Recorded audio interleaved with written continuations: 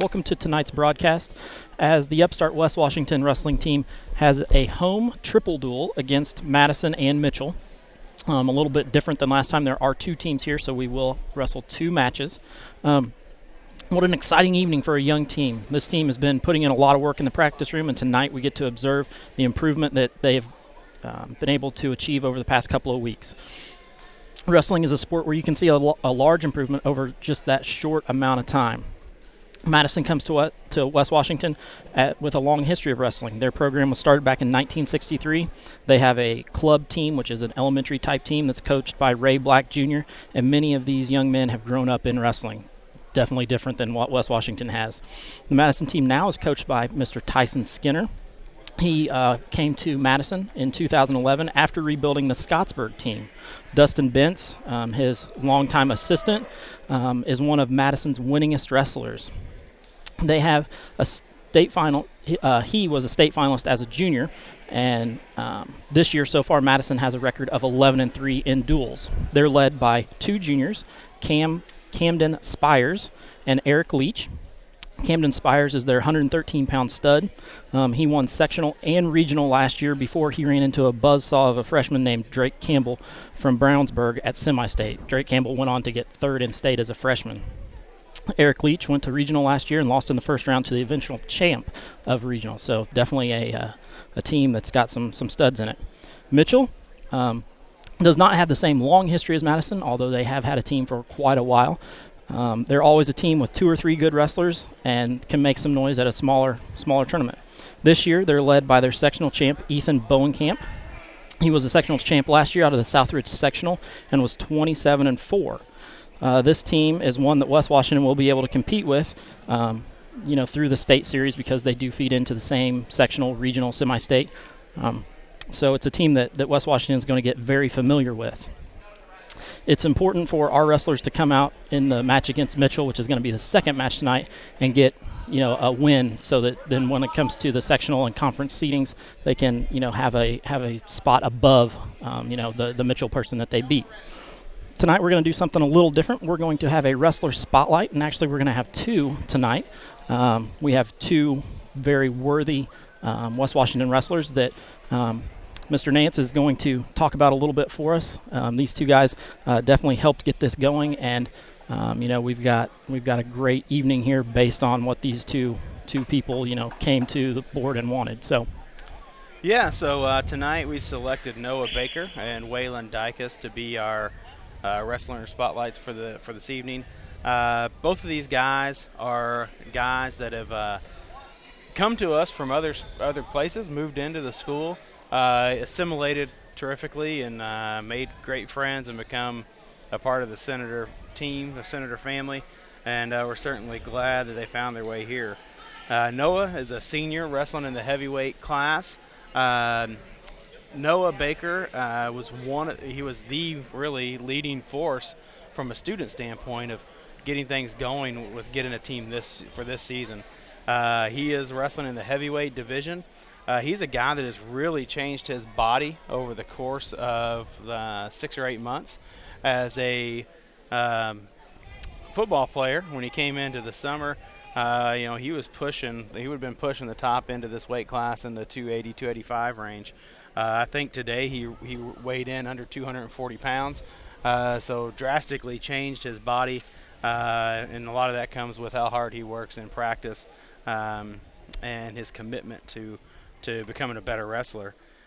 We affectionately call him the founding father because of the effort that he did put in to speak to the board multiple times, to lead the charge with getting students to sign up and say that they are interested in recruiting guys to come out and wrestle. We're certainly proud of what Noah did, and he's going to be remembered for a long time as this program grows and improves. He moved here. He was here in elementary school. He moved back to West Washington as a sophomore, and he started for the West Washington football team in the last 2 years as a part of some really good teams. And he played both ways, both on the defensive line and offensive line, where you got a lot of hand-to-hand combat. Certainly carry over from football to wrestling in that aspect when you're talking about the guys in the trenches for sure. Yeah, definitely. That's one of the things that Coach Bausman even talked about last time, that it's going to be great for those interior linemen. Just the movement and the things that they're able to do with the wrestling program. So. Yeah, and then also balance is a key factor there, and you got to be light on your feet out here on the mat. And you got to be able to keep a good base underneath of you. Those are all things that transition and complement one another very well from the two sports. Noah is probably one of our strongest wrestlers from the standpoint of he has a background and he has some experience wrestling at Salem, and he has a great desire to compete. He takes a lot of pride in the fact that he helped make sure we had a wrestling team this year, and he wants to come out and give a good showing and represent the school well. The one thing I would say about Noah is we talk about him being a strong wrestler, but physically he is strong. He's got great weight room numbers, specifically his lower body is very strong. Those lifts, this power clean and the squat, he does very good at. For Noah, the thing I've recognized of wrestling with Noah in practice and seeing him compete in matches is that he needs to wrestle his style of a match. You can't let the other wrestler dictate how you're going to wrestle. He's one who has a very specific style to himself. There are other styles that are out there, but he's got a style that he likes and works really well for him. So yeah, and then there are a couple reasons why these guys got selected tonight, but one of them is also that Noah recently made a commitment to join the Navy upon graduation. He actually missed our first debut match last week on Monday because he's participating in his MEPS, and they do that so that as soon as they graduate, they essentially can go right into boot camp, and that's what he intends to do after he graduates.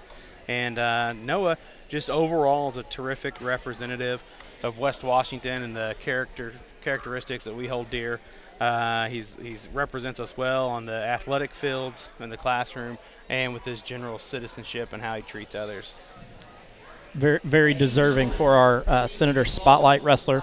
Mr. Nance, we may save the second one, and we'll talk about them before the second match. Two matches, yeah, for warm-ups. So we're getting ready to have our introductions. So we're going to turn you over to Miss Misty Jones, who is announcing tonight here, and they're going to announce the wrestlers and bring them down the steps. So we're going to turn you over to her and let you hear her as they come down the steps. They're going to announce each team as a whole, and then we'll start into our first match, which is going to be against Madison. So we're going to turn you over to her, and we'll be back in just a moment once the announcements have been made.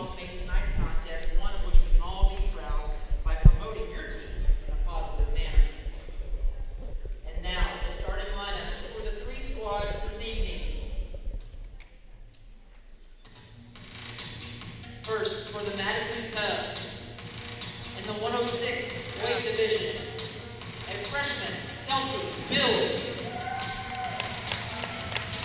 In the 113-pound weight class, a junior, Camden Spears.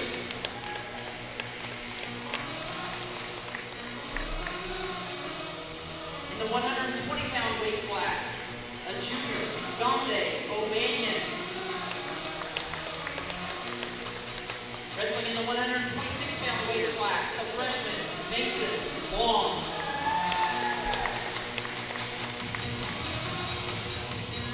In the 132-pound weight class, a freshman, Ben Brumfield. Wrestling in the 138-pound division, a sophomore, Eli Chameleon.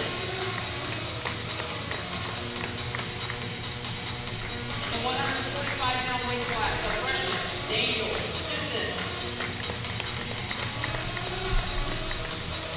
Wrestling in the 160-pound weight class, a freshman, Golden Berry.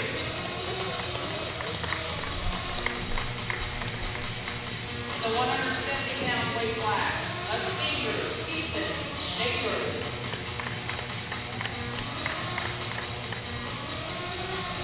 Wrestling in the 182-pound division, a sophomore, Skyler Lee. In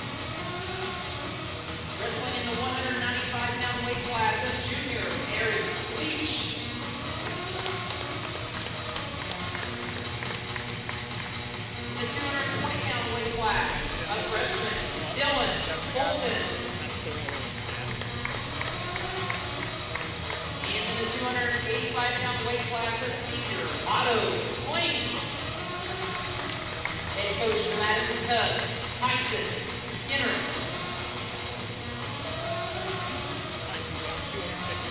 And now for the Mitchell Blue Jackets in the 106-pound weight class, Wyatt Woolston. The 126-pound weight class, Tyler Nettie. Wrestling in the 138-pound weight division, Logan Bundy.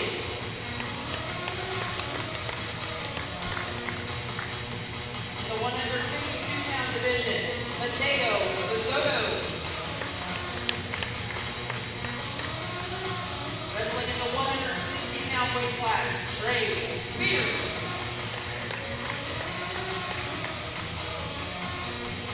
Wrestling in the 170-pound weight class, Ethan Bowenkamp.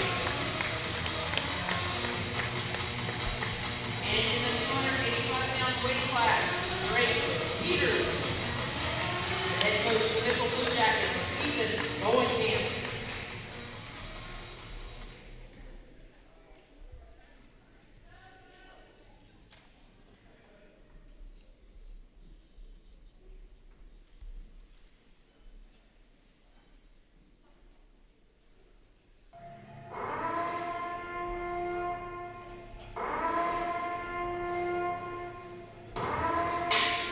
And now, for your home team, the West Washington Senators. Introducing first, in the 106-pound weight class, a sophomore, Brooklyn Walters. In the 113-pound weight division, a junior, Jude Ligers.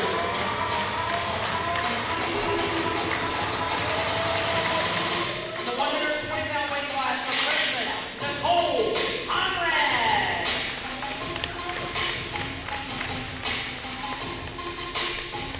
In the 126-pound weight class, a junior, Nick Baker.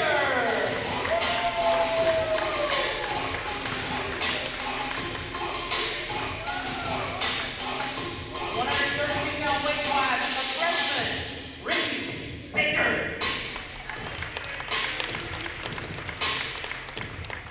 In the 138-pound weight class, a junior, Jacob Edwards. Wrestling in the 145-pound weight division, a sophomore, Hunter Hayes.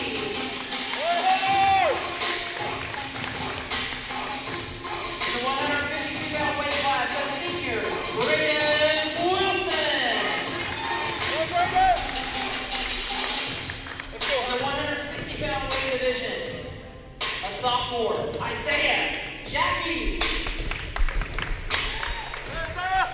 Also, wrestling in the 160-pound weight class, a junior, Jonas Snyder.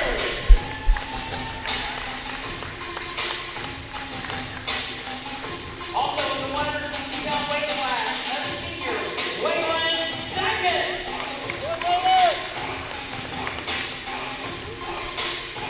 In the 170-pound weight class, a senior, Tanner Packwood. The 182-pound weight class, a junior, Isaac Lang.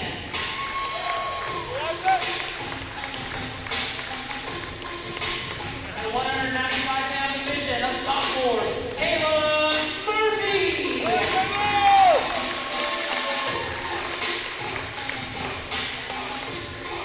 Wrestling in 220 tonight, a senior, Brendan Packwood. Also in the 220-pound weight class,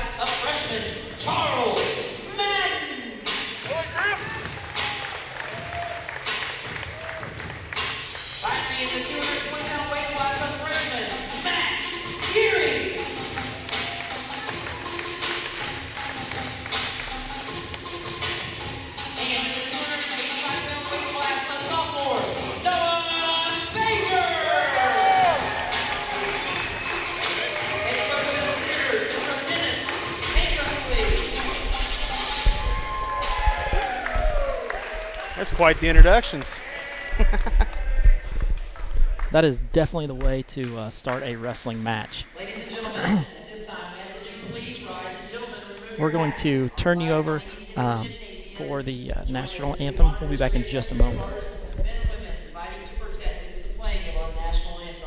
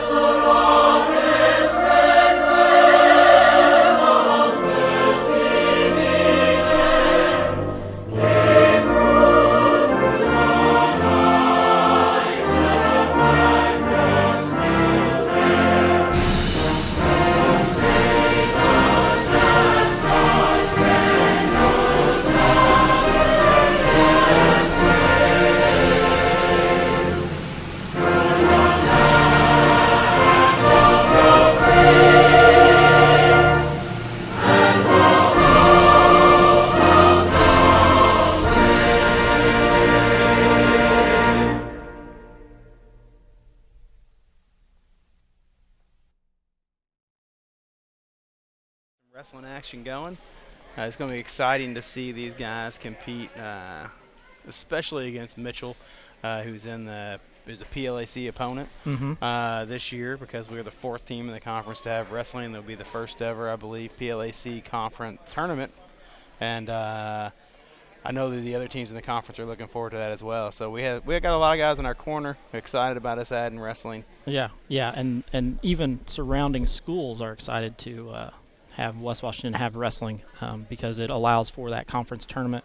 You have to have at least four of your schools have it, or over half, to be able to have a conference tournament. So the Mitchell team, who has had a team, has not been able to have a conference tournament. So it's something that's going to be neat for this year. They're actually going to get to crown a PLAC champ for wrestling as a team and also individuals. Yeah. So it's an opportunity for some of these guys to get multiple conference championships under their belt. So it's a great thing for the conference and great for the individuals also. So yeah, some extra added excitement just for the area schools. The other teams in the conference that have wrestling would include Mitchell, of course, they're here, Crawford County, and Paoli. Correct. So you see if some of them don't follow suit. I wouldn't be surprised if you don't see 5 or 6 teams in the conference at some point. Perry Central is a growing school. They've moved to 2A in football and basketball. They certainly have the numbers to support a team and the work ethic. They kind of, we talk to them a lot of times about kind of being like our sister program or brother program, right? Where there's a lot of things that we have in common. First, from West Washington. It looks like we're going to start tonight at the 106-pound weight class. Walters. So we're going to have a matchup of Brooklyn Walters from West Washington, who is a 10th grader, and then Kelsey Bills from Madison, who is a 9th grader, a freshman. So it's a good opportunity to see 2 young ladies wrestle that potentially could face one another in the all-girls tournament. Correct. At the conclusion of the season. Correct.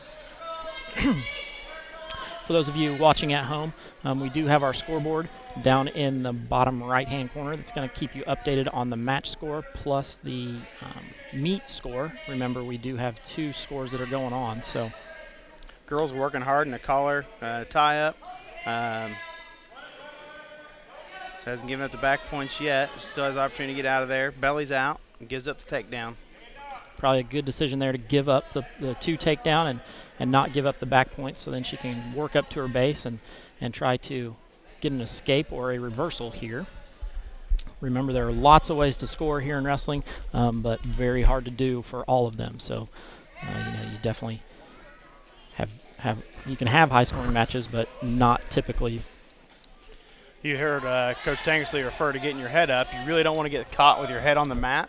It puts you at a disadvantage and puts the person with the advantage already even in a greater advantage. Right. You can see Bill's putting in a crossface right there. She's trying to cradle. Oh, she's working to a cradle. Got it. Here's where West Washington is now giving up back points. Brooklyn needs to fight the hands that are locked around her head and leg. There's our first fall of the evening. Pretty good match overall. I mean, this is the first time I believe that she's had a competition, a live competition against another team. And every time you get out there on the mat, it's an opportunity to learn more. Definitely. Here comes a matchup of Camden Spears and Jude Livers. Remember, Camden Spears was a sectional champ last year, a regional champ. So he's definitely got some experience behind him. So should be a good matchup for Jude to see kind of what he's got against some really good competition. So we've been excited. Jude has shown a lot of promise. This is certainly a situation where he's going to be facing some very good competition. Immediately gets in with a double leg takedown. There's a quick 2-point takedown. There comes another cradle. Up into a cradle. Did a good job of fighting to get his leg out of there. Jude's fighting to turn back. Belly's out. He does give up 3 back points, so that brings the score 5-0. Leach from Madison has got the long legs. He's going to want to wrestle and control the hips with his legs. When he gets behind him and sinks the legs in underneath, really can get control of a guy if you can control his hips. Yeah, that's the key to wrestling. If you can control somebody else's hips, then you're going to be in control of the rest of their body, because their hips do follow the rest of their bodies. So. But again, this is how you get better. Yeah. Jude's had some success early. Happy for him for that. But, if you want to get better, you got to wrestle good competition, and this is certainly the case here.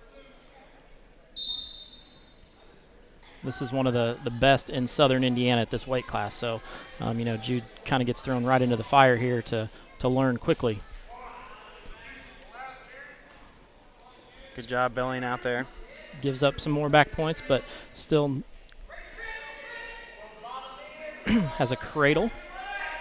Jude's fighting hands exactly how he should. Now he turns out. Jude gets up to his feet, but Spears brings him back down.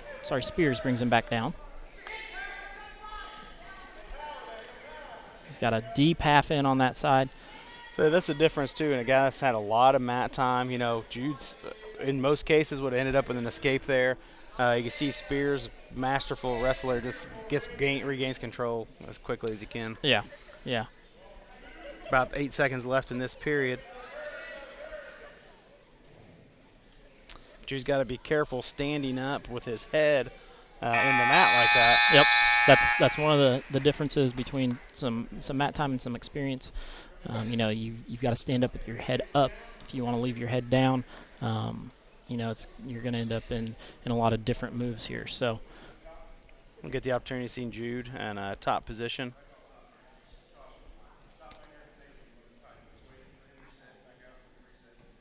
Our official tonight is Jim Littlejohn, father to Nick Littlejohn, who was here last week. So we. It's tempting not to lock your hands when you feel like you're losing a guy, but you got to make sure that you're not putting those hands together. So Spears does end up winning that match by technical fall. When you have a difference of 15 points or more, it's a technical fall. So Camden Spears gets 5 team points for Madison, which brings their total to 11. Up next, we're going to have Dante O'Bannon and Nicole Conrad.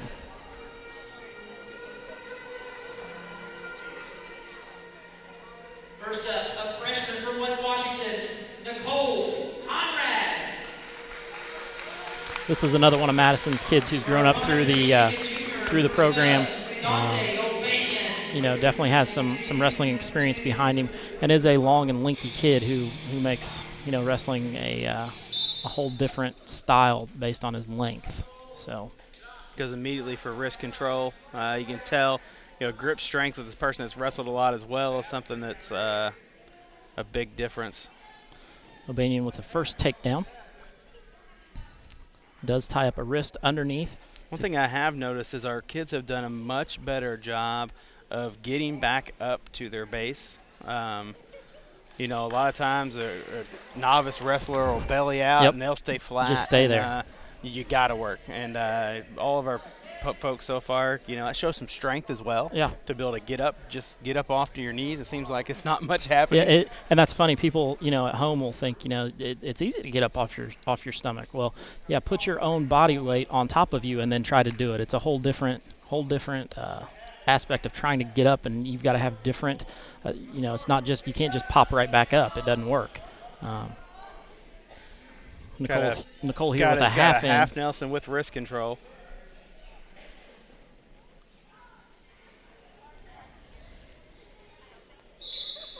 Going to be out of bounds. 2 back points for Dante O'Banion. Going to make it. I'm a little partial to the striped uniforms with a cubby on the back. That is a Tyson Skinner. Everywhere he's gone, they've always put pinstripes on whatever school he's been at. When he was at Scottsburg, they had gray with a yellow pinstripe. And then when he went to Madison, that was the first uniform that he had designed there. So.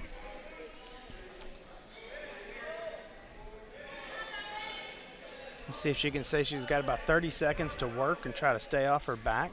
See if we can push this thing into a second period. Again, like we talked about, every second on the mat is valuable experience. Got a wrist and half that's deep and tight. Nicole's got to work to get her hands free. Not going to have time to do that. So Dante O'Banion gets the pinfall. When you're attempting to bridge off of your shoulders instead of your head, you're forcing yourself into a pin. Definitely a learning experience for the West Washington wrestlers. With their experience, the Madison kids definitely have a lot of experience, and that's a different a difference between the two programs. Up next is Mason Long and Nick Baker. Saw Nick last week get his first win of the season. See if he can build on that confidence. Mason Long, one of Madison's wrestlers, freshman, but does have club experience, so he has been wrestling for a while. Nick Baker, with experience also because he was at Salem, younger brother of Noah Baker. So, he's got experience with wrestling. He did a good job there of working back up off his knees. Nick has a tendency to want to stay up on his knees. And so it's good to see him slip that head out and get 2 points. He's got to fight the arm off his head. His arm post that's that elbow. posted. If he can reach back and post that elbow. Going to be out of bounds. Good job.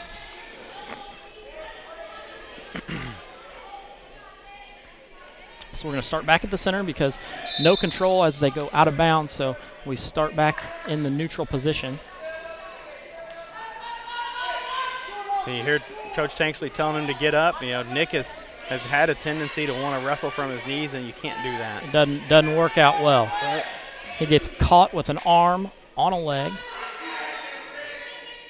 So going to get 2 takedown for Madison. Nick's going to be able to roll out to his stomach. There you go. But then he's going to get 2 near fall also. Nick trying to turn. The official stops that because of potentially dangerous on Nick's knee. Definitely don't want to get it twisted back in there too much. So Nick's going to start in the down position.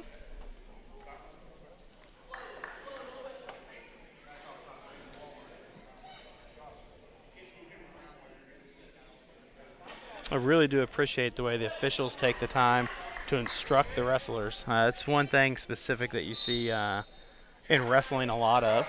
And there are definitely a lot of really good officials in Southern Indiana who are part of the teaching process. And even though this is a competition, they're not opposed from teaching to make sure it's the right way, right thing to do. So got another cradle locked up.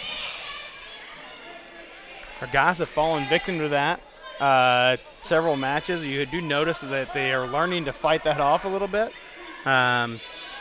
But you just got to be careful of bringing your knees up too close to your head. Yep, and that's what happens when you stand up and you bring your knee close to your head. The good wrestlers are going to catch you in a cradle. So, along with another 2 points there to make it 6-0.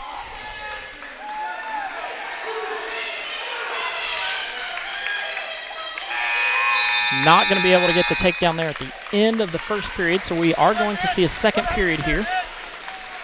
Madison does get choice. They defer.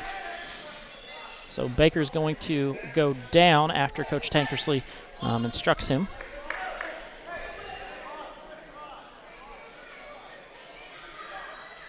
There have been a couple times where it looked like Nick was going to get his opponent in a reversal, but this guy is extremely limber, to say the least. So Nick set on the bottom. Long is on top.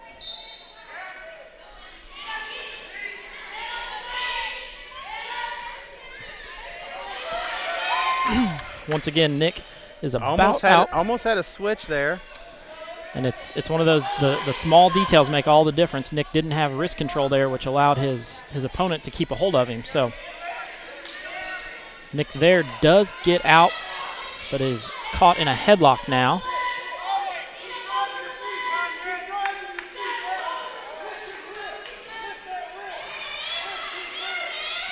Nick keeps bellying out. No points there. Now he gets sucked back to his back, but on his setups, you notice when you set out, you got to make sure you don't go beyond that 90 degrees. Yeah. Anything beyond 90 degrees, a guy can just pull you back to your back.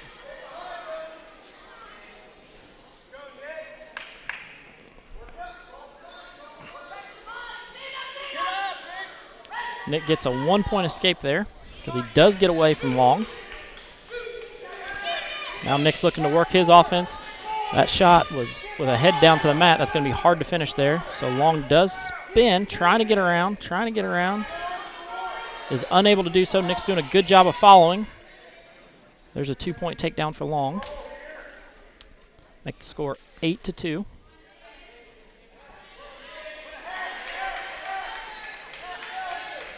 Nick up on his base, needs to look for a stand-up or a switch here. Nick is definitely getting more comfortable on the mat. You can tell the fatigue is kind of setting in a little bit for him.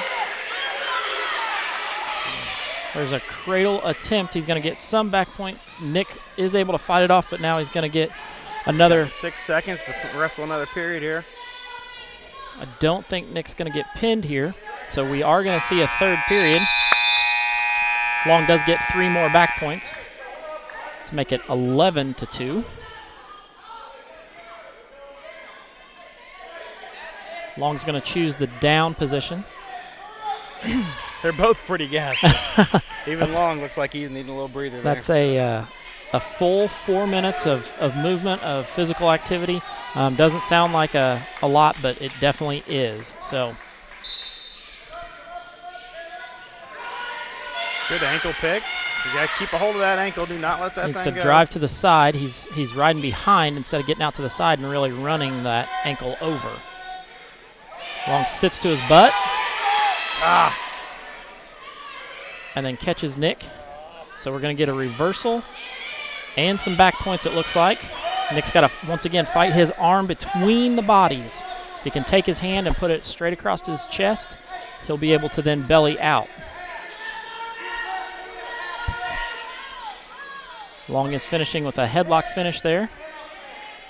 And that's going to be all there is to that match. Nick definitely fights through a very tough match there, but is unable to come out on the victor's side. Are things you liked when you saw that match, though? You know, yeah, a definitely. Lot of fight there, and he's growing as a wrestler. He's getting much more comfortable on the mat, and is able to run moves. I mean, we saw moves there that we haven't seen, Nick use. So. This evening for Madison in the 132-pound weight class. Nick Brumfield's going to pick up a forfeit at 132. We must have not had a kid make weight again. I believe that's what it is. Ricky, maybe? That now brings us to the 138-pound weight division. First up for West Washington, a junior, Jacob Edwards. That would be who would fill the 132-pound class. I don't know exactly what happened to Ricky.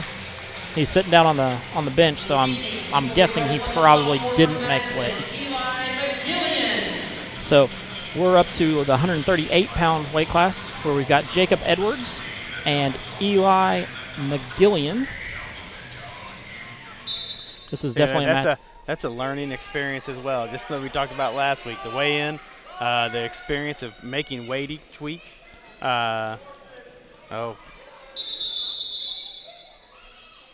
Yeah, headlock with no arm.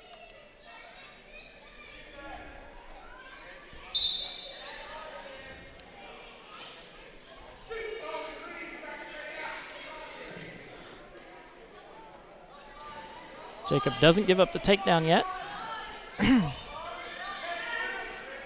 Now he's going to give up the takedown, and it looks like some back points. Got to fight off his back. He does belly out there. Don't reach back. We talk about that all the time. Your instincts are to reach back, grab whatever you can, but it's not the proper wrestling technique. Correct.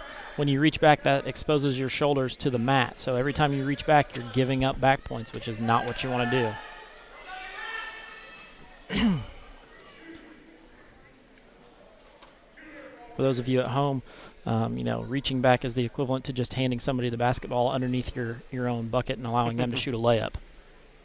That's a good analogy. Just not a good decision.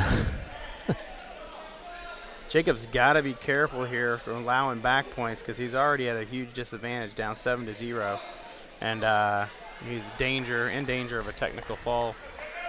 If he can. And you can tell these Madison wrestlers just have a lot of mat experience, have been on the mat quite a bit because they're chain wrestling moves together. And we talked about that last time about being able to chain wrestle, putting moves together that allow you to, go from one thing to the next. And, they're just able to do it a lot better than we are at this point in our learning curve, our learning career.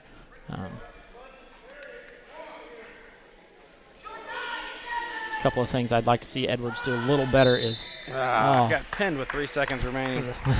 that's one thing that drives coaches crazy. You've got 3 seconds left, and giving up those 6 points there is big, but the next period is another 2 minutes of mat time, which is huge for our wrestlers who haven't spent a whole lot of time on the mat. So Jacob, good job there, and he definitely looks tired right now as he comes walking across. So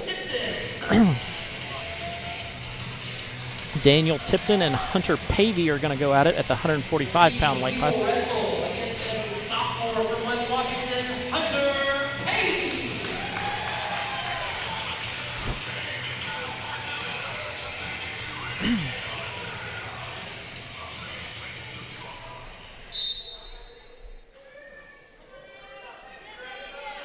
It is nice. We do have quite a few fans here in the building tonight. I don't know that we've got as many as we had last time, but, there are quite a few here. And most of them, as I look around, there aren't a whole lot who have a whole lot of ties to the West Washington wrestling program, but they're here to see what wrestling is all about. Hunter does get caught early in the first period.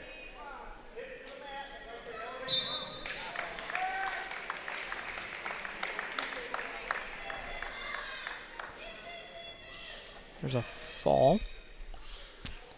And for Hunter, he just when he ends up on his back, he struggles to get back to his belly, and that's something we got to work on. It's core strength, That's a couple of different things that create that scenario, but one of them is just to avoid getting to your back. You got to avoid getting to your back, especially if you have trouble fighting from your back. Yeah.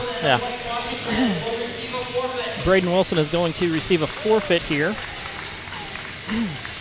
Madison does not have anybody at the 152-pound weight class, so going to receive a forfeit.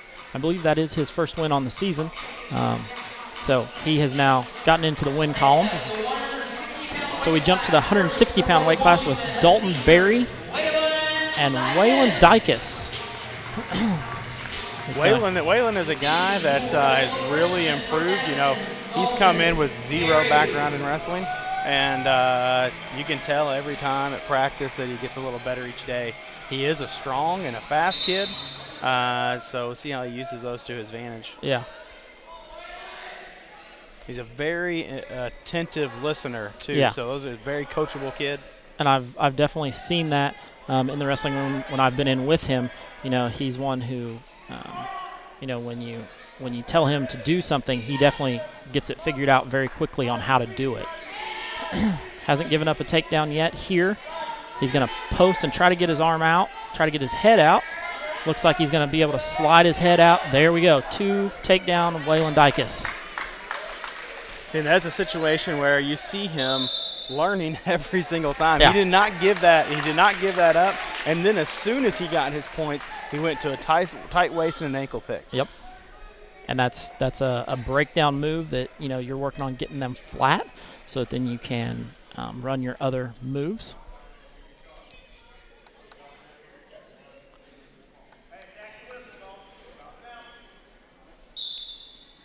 Tries to go for another ankle, can't get it. It's like he slipped on the ankle pick.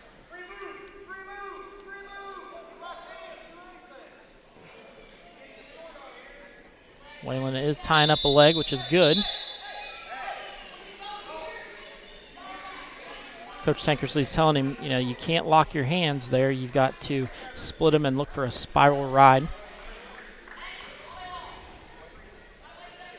Again, it's a thing where normal instinct takes over instead of wrestling instinct when you haven't been on the mat a lot. And you know you're supposed to control a guy, and you start to lose that control, and your immediate instinct is to get my hands together. Get my hands together and grab onto him. He didn't slip that time. He got to the ankle pick, which is good. Drives his opponent flat, looks for a half, which is good. And Waylon is one of those kids who's deceivingly strong. He may not look it, you know, but once you get your hands on him, he is really strong.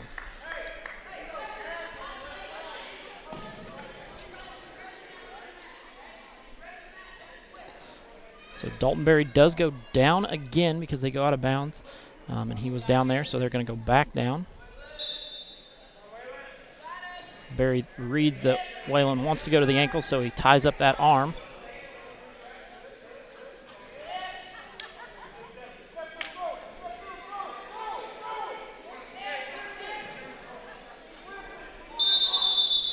Going to be out of bounds there as Berry tries to throw Dykus but is unable to successfully do it in bounds. So we've got 33 seconds left to go here. Waylon is up 3-2.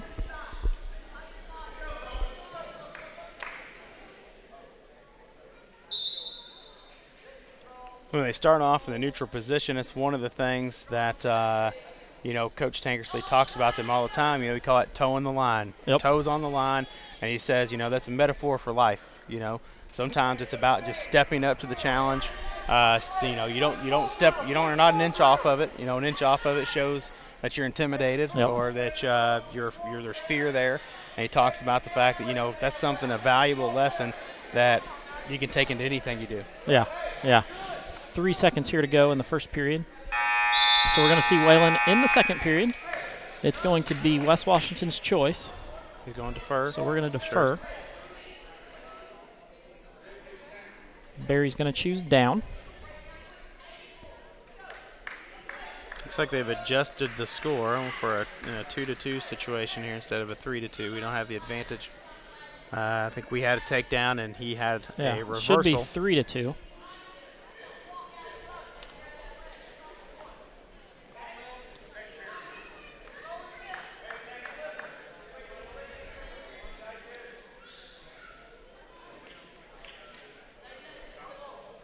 So Waylon's going to be on top here. Goes right back to that ankle, which is a great breakdown to run. Still driving forward, has a leg.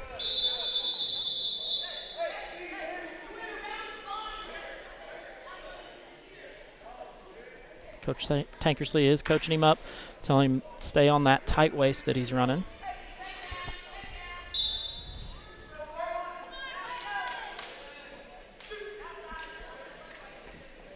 Oh, gets caught. Had his elbows out when he went to shoot. Yep. Kind of open yourself up. You got to shoot with your elbows tight. It's important to keep those elbows tight so you don't end up in that situation. Yeah, elbows in. That's one of those things that definitely has been talked about in the room. You know, you've got to do the moves correctly, and when you shoot with your arms out, you get caught and thrown, just like what happens there. So we're going to get a pinfall there, bringing the score to 48-6. Favor of the Madison Cubs. It's a well-wrestled match by Waylon. You like a lot of the things you see there from a guy who literally has been on the mat for less than 3 months. Yeah. Up comes Tanner Packwood. First time we'll get to see him in action. This evening from West Washington, he will wrestle a senior, Tanner Packwood. Tanner has his biggest downfall is that he wants to go straight to a pinning combination all the time. And he's 100 miles an hour straight at you, which, you know, is great for a lot of sports, not so well in wrestling. You're looking for angles, you're looking for, you know, things off to the side, and he wants to run straight at you. So going to give up 2 takedown here to Ethan Schaefer. Needs to work his hand in the mat forward to fight that bar that's getting ready to be put in. So he needs to post his hand in the mat and then walk his fingers forward, which will keep that bar from going in and get his wrist control back. Going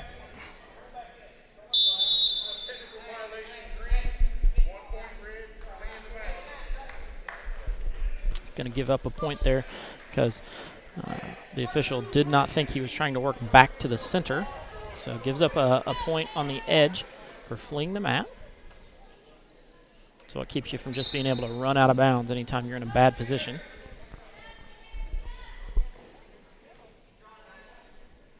Once again, Schaefer looking to get that wrist and a bar.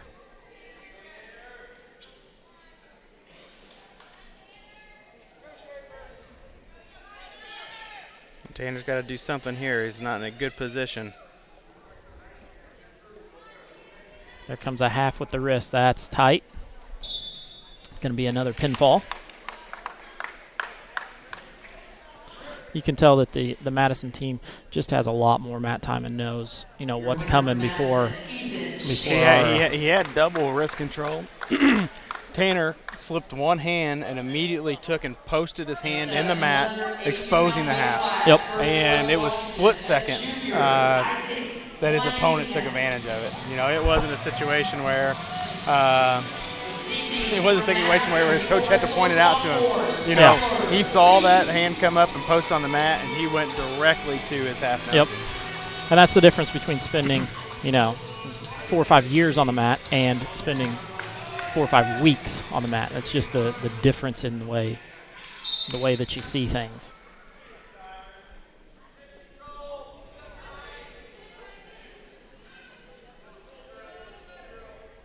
So Isaac's got a baseball grip wrist control there. Yeah.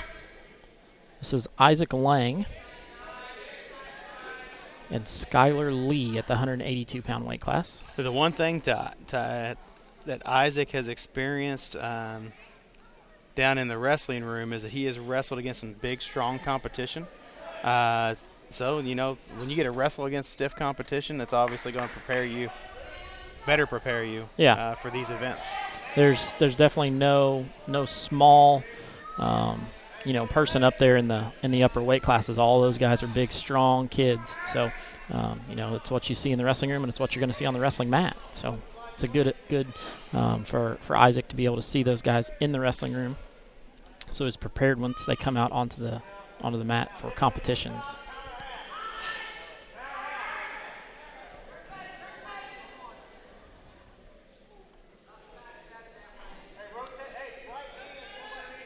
Lee has the legs in and is looking to expose Isaac's back here, which he does get done. This is where Isaac needs to turn. Isaac does belly out. Does give up 3 back points, but does belly out, so we're going to get to see more wrestling here. There comes a power half that's put in. And the difference there, when you talk about locking hands and a pinning combination, you can do that. Yep. And you can't have a full Nelson in, which means he's under both shoulders and locking his hands. He's only under one shoulder and locking his hand over his back. Right. So that was a pinning combination, so he could lock his hands there. Skylar Lee picks up the win. Next up, the 195-pound weight class. First from the Madison Cubs, a junior, Eric Leach. Eric Leach comes to the mat, the 195-pound weight class. He will wrestle a sophomore, And Caleb Murphy comes out for West Washington.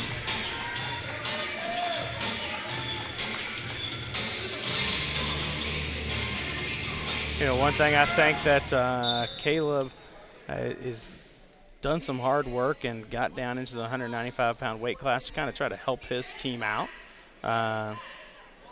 But one thing I'm sure he didn't quite expect, that the competition at 195 was still going to be very good. Yeah. And he's run into 2 buzzsaw, kids for his competition. The kid that he wrestled from North Harrison was a very good kid, had a lot of club experience, and this is another one who's got quite a bit of experience. He did make it to regional last year as a sophomore, so he hasn't picked up any slouches yet.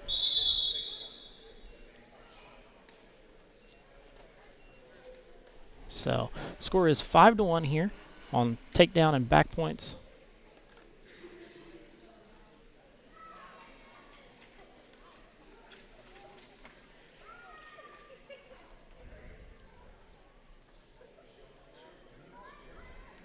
Going to be some question on the arm brace, the shoulder brace. It's got an exposed plastic buckle, which I'm sure is an issue. Yeah. Because it could potentially be dangerous to the other wrestler. And you hate to see this, has to move something that potentially is protecting an injury. Right. But you have to have gear that is recognized by the rules. Yeah. That's for the safety of the other wrestler as well.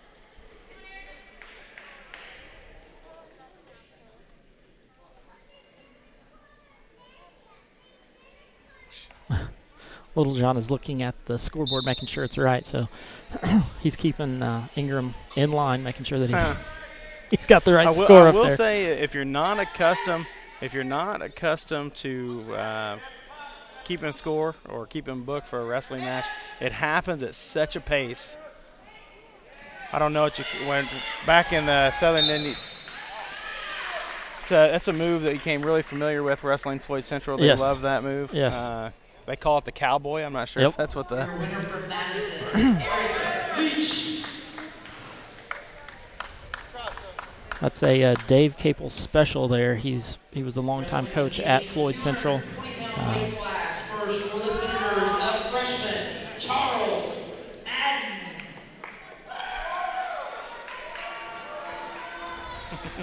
Charles Madden comes out for the 220-pound weight class. Dylan Fulton is going to be his opponent. Dylan Fulton. Looks like a little bit of different body types here. We talked about that earlier, how there are some different body styles. Charles is usually the smaller of the two, but it looks like he might have a height advantage here.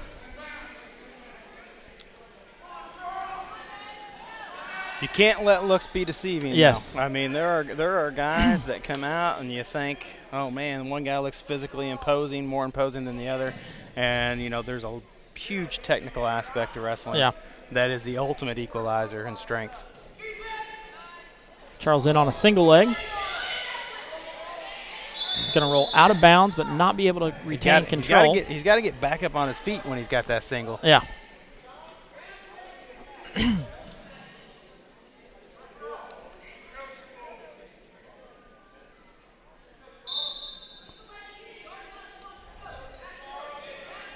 This is where Charles needs to be able to get a hold of his opponent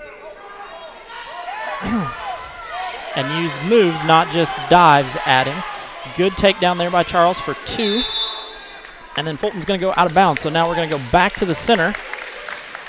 Fulton will be down. Charles will be on top here. This is a matchup of 2 freshmen at the 220-pound weight class.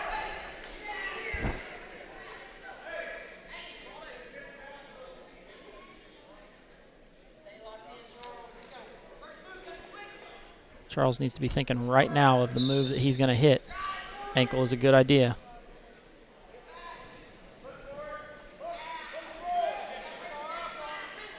Charles needs to be ready for a hook and roll here. We hear Coach Skinner yelling hook and roll, which means when you're down, you kind of hook onto the elbow that's around your waist and then roll. And it works really well in the upper weight classes because of the way the bodies are built. It doesn't work super great in the lower weight classes, but it's one of those that the upper weights can kind of get away with. I'd like to see some of these big guys use some duck unders, some other moves, arm bars. Peel that off, Charles. Peel that off. There we go. Going to give up 2 takedown there. So Charles is going to be down 3-2. The end of the first period. We're 10 seconds away from the end. Charles stands up, cuts away. Now we're going to be 3-3.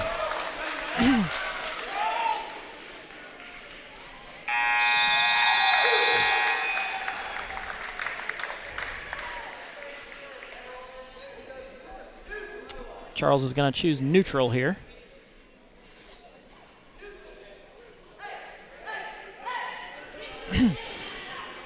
Charles has some great athletic ability here, but he needs to definitely use moves. He's diving at that leg instead of actually taking a shot at the leg. If he takes a shot, that'll allow him to come up and finish instead of finishing with his belly on the mat. Yeah, when you shoot, you really want to be able to change levels. So you go down and you come back and you're back up. Charles looking to set up a headlock here. He's got to get his elbow down or he's going to get thrown in one.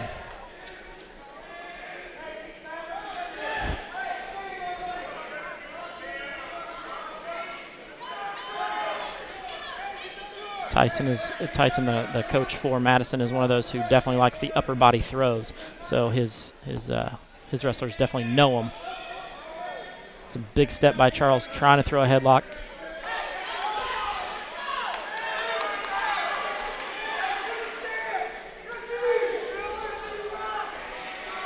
Every time that Fulton reaches, that's when Charles needs to take his shots. He can post both those arms up and take a shot on the legs, a single or a double, either one.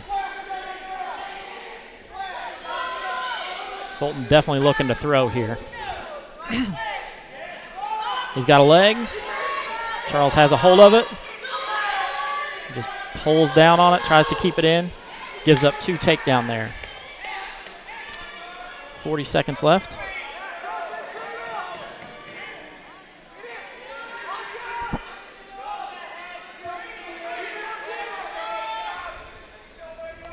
Charles needs to keep his head away from his knee or he's going to get cradled here. So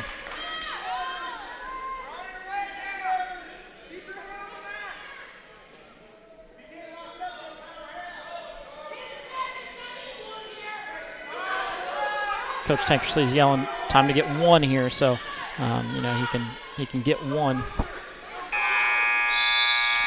to bring this score even closer. So Fulton's going to choose the down position, which means Charles is going to be on top.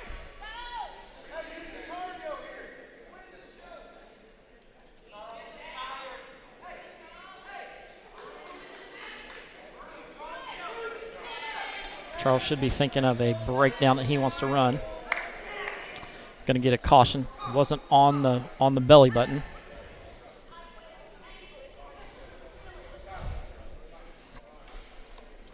This will be a great time for Charles to get a half Nelson and run this opponent over. Jump out, run your half. Right there it was. Run, run, run, run, run. Keep running. Run into him. You cannot wrestle from your knees. Nope. Spent time on his knees, and that's where he got in trouble. So Charles is now down 7-3. Going to get a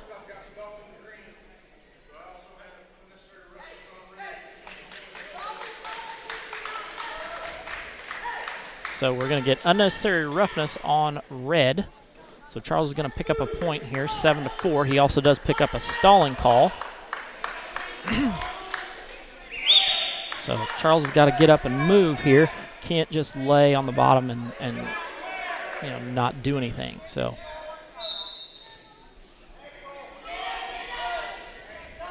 nice stand up. Now he's looking to cut away.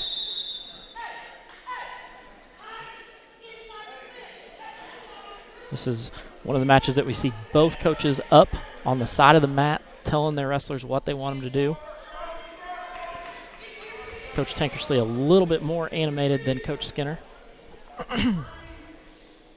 Be nice to see our guys try to work a switch or a set out Peterson or something. There we go. In this instance, now he's got to work his guy to the back. He's got a minute 30 to try to tie this score up. Fulton is standing there straight up. This is where Charles needs to set up his shot and take a nice shot. Let's go! Shoot! Shoot! Charles has also been hit for stalling, so he can't continue to back up. Going to give up a 2-point takedown on the edge of the mat.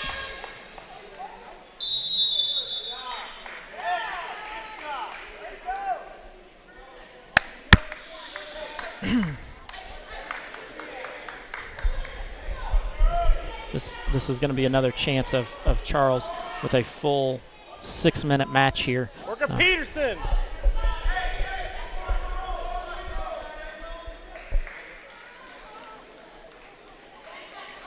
Charles is set on bottom. Fulton going to take the top position. Stands up. Cuts. Trying to cut. Trying hard.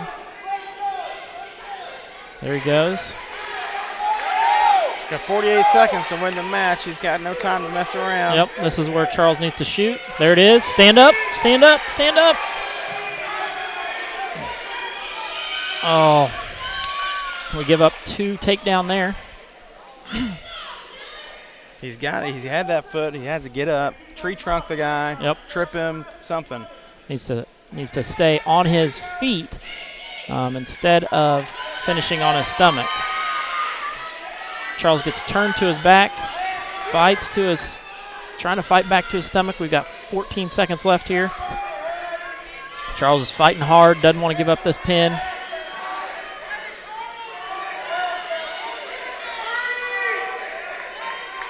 Time runs out before Fulton is able to get a pinfall here. Does pick up 3 near fall to make the score 14-6. Still an excellent match for Charles. That's 2 matches that I've seen him wrestle, and both of them have gone 6 minutes. So he's getting his money's worth.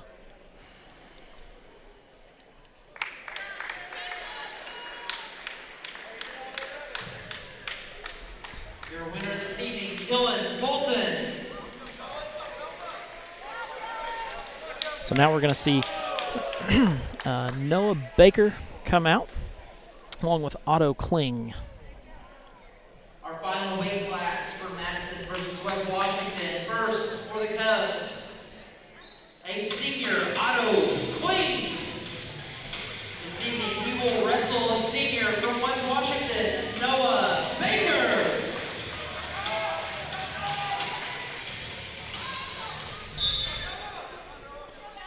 This is going to be my first experience of seeing Noah wrestle since he was in 7th grade. So there's 2 takedown for Noah Baker. We're going to get locked hands.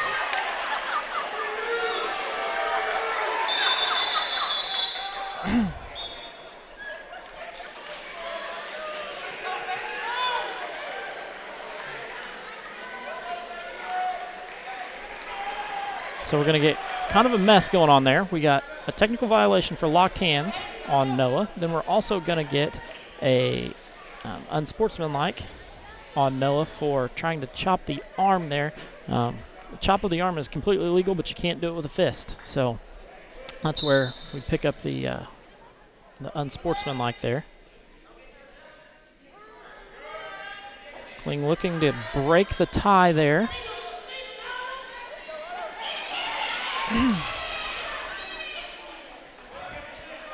Noah caught underneath, so going to give up a 2-point reversal there, but back up to his feet. Hips away, hips away, hips away. Had a chance to cut away there, but didn't quite get it done. It's a pretty feverish pace for a heavyweight match.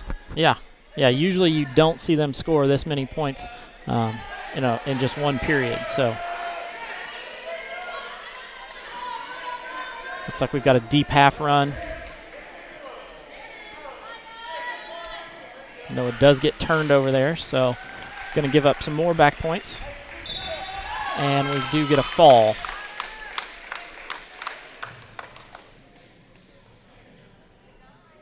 Your winner this evening, Otto Kling. Otto Kling does pick up that win.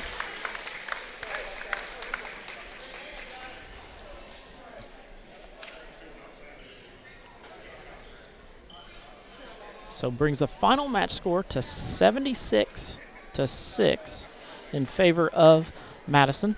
As you can see, the typical thing at the end of the match is for each team to shake hands. And Madison, you can just tell that they've spent a lot more time on the mat, have a lot more experience than the West Washington team. But a lot of good things come out of that match. Definitely the boys get a chance to see their moves against other people, but then also in watching the other team, watch how they kind of chain wrestle moves together in order to get the final product done. We're going to have a few minutes here in between the matches where we would like to bring you the second spotlight wrestler of the evening, who we've already seen wrestle, but we're probably going to get to see him wrestle again in the second match. So, Keith, give us a little rundown of our second spotlight wrestler. Yeah, our second spotlight wrestler of the night is Waylon Dykus. I believe tonight he's wrestling in the 160-pound weight class. He's a senior. Again, you got some of these guys coming out for wrestling their first time, even as upperclassmen. So, they got a senior body, but sometimes from the wrestling experience, it's more like a underclassman, or in this case, a kid who's only been wrestling maybe like middle school from their technical background. He moved to West Washington as a junior, moved here from out of state in Illinois, and we're glad that he joined us for sure because he's a great character kid, a kid that is awesome for our culture here at the school. And on the teams, he's a great leader. Like I said before, he's probably one of the most coachable kids you'll ever want to be around. Very good, picks up on things fairly quickly, and intently listens whenever you're talking to him about how to improve. He started at West Washington this year as a senior at linebacker. Waylon, obviously, we said, is new to wrestling, but over the short term of his career, he's shown great improvement. He wrestled a good quality opponent here tonight and came out and gave a good showing. He's strong. He's quick.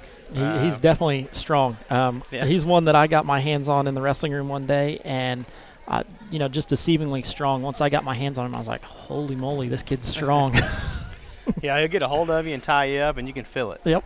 And then he's another guy that needs to focus on wrestling the 6 minutes. You don't want your wrestlers to be cautious, but in a situation where you have a lack of experience or you have a lack of mat time, you don't want to be going out there throwing moves that you've only worked in practice half a dozen times, 10 times. A lot of our guys want to go for throws, and throws are things that can put you in a bad position if you don't do them well and you don't get them sunk in nice and tight. Just puts you in a bad spot. And those of you who are at home, their moves out here look simple, look easy, but there are multiple steps to each one to make sure that you do it correctly, so that the defense of that move doesn't really work. So that's one of the things that's super important, is that you're running the moves correctly. And the only way to run them correctly is to practice them in practice. So yeah, I mean, you got kids out here that, if they throw a headlock or they work a cradle, or that natural instinct to see a guy post his hand on the mat and open up for a deep for a really deep half. You know, that comes from repetition. It's almost like a feel type thing too. You know, you don't even recognize you're doing it. It becomes that second nature. Right. And for our kids right now, that's just not the case. So that fluid nature of wrestling isn't there yet. But, you know, that's, to me, like we said at the beginning, this isn't about victories. This isn't about wins and losses. They're valuable lessons learned on the mat, both physically and character-wise. And we thought that this is a great sport to complement that. So, you know, we're excited that these guys, you go 18 guys and girls out here for a first-year program is huge. And, you know, what we did was we provided something for 18 kids to stay involved with through the winter that is a huge character builder. And Waylon's one of those guys. Everyone can benefit from a little more character building, but Waylon is one of those guys that is the utmost character. He carries himself with integrity. He treats adults and peers with respect. Just a terrific kid, someone that makes you proud just to be around and say that he's on your team. Waylon's another one of those kids that is already committed to the Navy. He did so last summer, and so he has been working closely with his recruiter and preparing for that. And you know, he's going through his MEPS as well, and he will be an active member as soon as he graduates high school, completes his boot camp training. You know, that's like we said last time, it's kind of a tie between the armed forces and wrestling. There's quite a few kids who you know are successful in wrestling and then go into the armed forces for different branches and different things. And if I'm not mistaken, not just the service academies, but on a lot of bases, they do have some club wrestling. Oh yeah, yep. The big wrestling duel for the military is the Army-Navy duel that they. Get this, they do before the Army-Navy football game. Oh, wow. And a lot of times they do it on the same field. So they'll do it outside with a wrestling mat on the 50-yard line of the football field. I suspect they didn't do it this Saturday since there were several inches of snow in Philadelphia. They did not, but they had it planned to do until the snow came. Yeah. Once the snow hit, then they did move it back inside. But that's one of the neat things that the Army and Navy you know, do, and they make a big deal about you know, that whole you know, rivalry that they've got between the two. So it's Mitchell is not going to have every weight class filled for this duel here, so we're going to have some guys go out there and collect forfeits. But you know, you say they didn't do anything to win that match, but it's a grueling week of practice, and sometimes it's grueling to make weight. And exactly. Making weight is a win. I've been there, done that. Making weight sometimes is a win. That's one of the biggest things you know, to do. You know, is to make your weight, and some of these guys you know, do struggle a little bit with making that weight. You know, they're cutting a little bit of weight so that they can help the team. You know, nobody's cutting a tremendous amount of weight, but they are, you know, cutting some. Well, and that takes some getting used to as well. You know, we talk about the moves, we talk about the way you physically take care of yourself as a wrestler, something completely unique to sports. And, you know, that takes some getting used to. I talked to Jacob Chastain, who last Monday didn't make weight for his weight class. He did today, so he learned a valuable lesson. Yep. But, you know, I walked through the lunchroom, and he's got 2 hamburgers and a nice big plate of fries. And for a guy who's never have to be concerned about his weight, you know, to be told you have to come in exactly under 132 pounds, 5:30 this evening. Yeah. That's a new concept for a lot of these kids. And certainly not a situation where you famous yourself, but, you know, 2 cheeseburgers and fries. Yeah, make it a smart lunch instead of everything you can get your hands on. Yeah. So I don't know who we'll see some different guys come out and compete this round of matches, because, you know, we got a couple doubled up classes. Right. So we'll see if some of these guys. The 220 is the most difficult one. At one point we had 4 wrestlers in the 220, and now we have 3. So you know, there's a depth issue. Yeah, we definitely have a lot of the big guys who like to come out and wrestle, which is great. You know, and Coach Tankersley does a good job of getting them on the mat the best that he can. So I would say that we're probably going to see some different guys in some weight classes here, especially with the fact that Mitchell doesn't fill all the weight classes. So you know, you can get some guys in who may not have had a varsity match yet. I was going to mention too, you know, 2 of our wrestlers. We just got word Tanner went up and was selected out of 25 kids across the entire state for the Colts all academic team for football. And the IFCA, the Indiana Football Coaches Association, they do an all academic team as well, all state academic team. And Tanner made that one as well, but also Braden Wilson Awesome. made that team. So in order to do that, you have to carry a GPA over 3.5, and you have to score over a 1200 on your SAT. Awesome. So, you know, both those guys, again, are tremendous representatives of our school. You know, again, they make you proud out here on the mat and make you proud on the playing field, but really make you proud in the way they carry themselves and how they perform in the classroom. And it's interesting because they do the same thing for wrestling. So he has everybody actually right now has the opportunity to, you know, be all-state in wrestling. Kind of the same way the football does it. You know, you have to be selected and you have to have a GPA of a certain amount. So you know, Tanner and Braden both have the opportunity to kind of double dip there and be academic all-state in 2 different sports. So that'll be definitely interesting.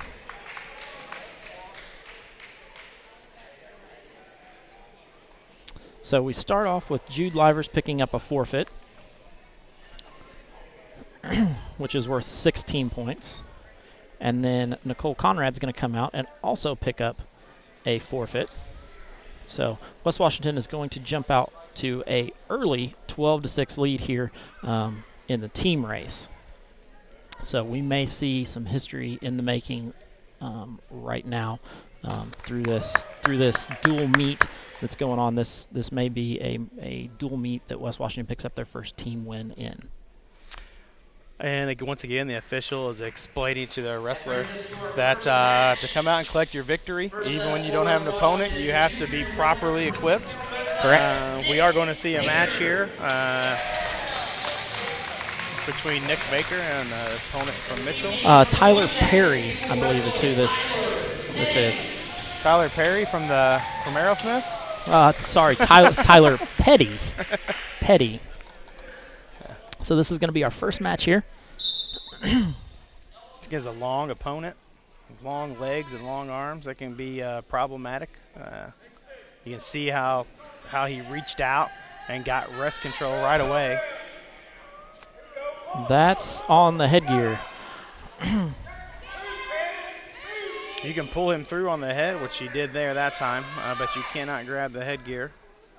And he's locked, which makes that an illegal headlock. So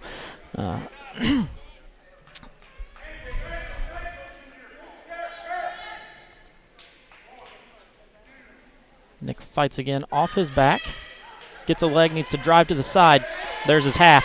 He looks up, swims to a half. Throw your half.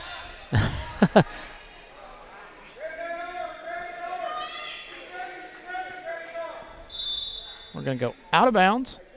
Going to get 2 near fall there. So going to bring the score, I believe, to 6-0. That's something that takes some getting used to as well. The arm can be underneath the chin. It's the official to make the judgment of whether or not that's potentially dangerous. It's not a situation where you can choke a person by any means, but right. Nick is up again, comes out, still hasn't broken control yet. Nick in on a leg, very nice. 2-point reversal for Nick here. Now he's looking for his half. That's one thing our guys don't do a great job Jump of, out. and they are reaching up and prying that half off at the fingers. That's why it's so important to get it in nice and deep. Yep. And the deeper you can get it, the harder it is to peel off. So that's a nice deep one right there. Nick needs to get out to the side and run with his feet. That's the other part of the half Nelson. Once you put the half in, you got to get out and keep running. There you go. He's Run it there. over. Right there was a reach back and roll.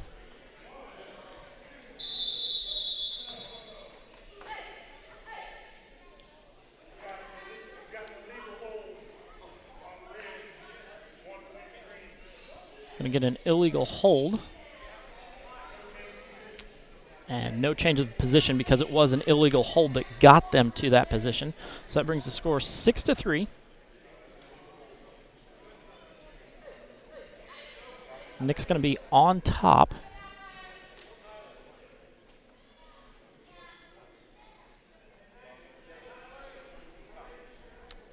.3 seconds here to go.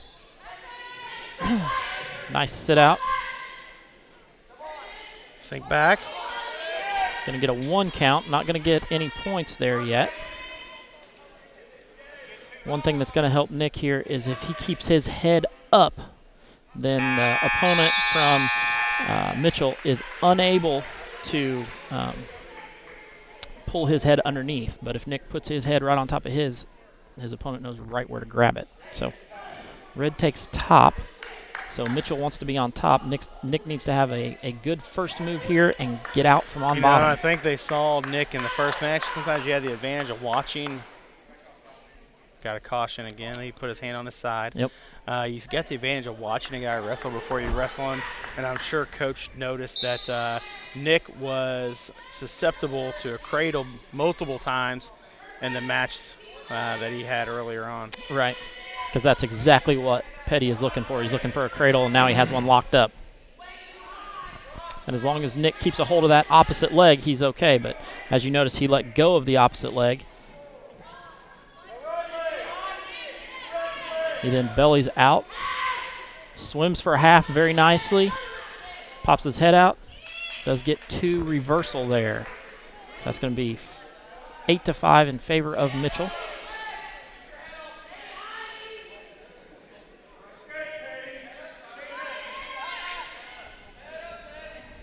Got to be careful when he gets his legs around there. You get with an opponent with a long reach. He does exactly what I was worried about. Reaches back and gets the inside of his leg. And then Nick compounds it by sitting kind of to his hip, which gets him in trouble. So he gives up a 2-point reversal back the other way. A lot of back and forth action here and points being awarded. Got to get that head off the mat. There we go with another cradle. Going to get a pinfall there. That is something that Nick is definitely going to have to work on, as he's been giving up that Your winner this evening from Mitchell, cradle Tyler in Petty. several of the matches he's had this year. Yeah.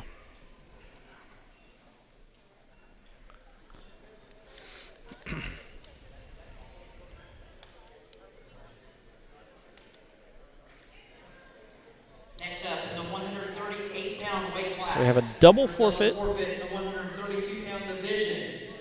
First up, for the Mitchell Blue Jackets, Logan Bundy.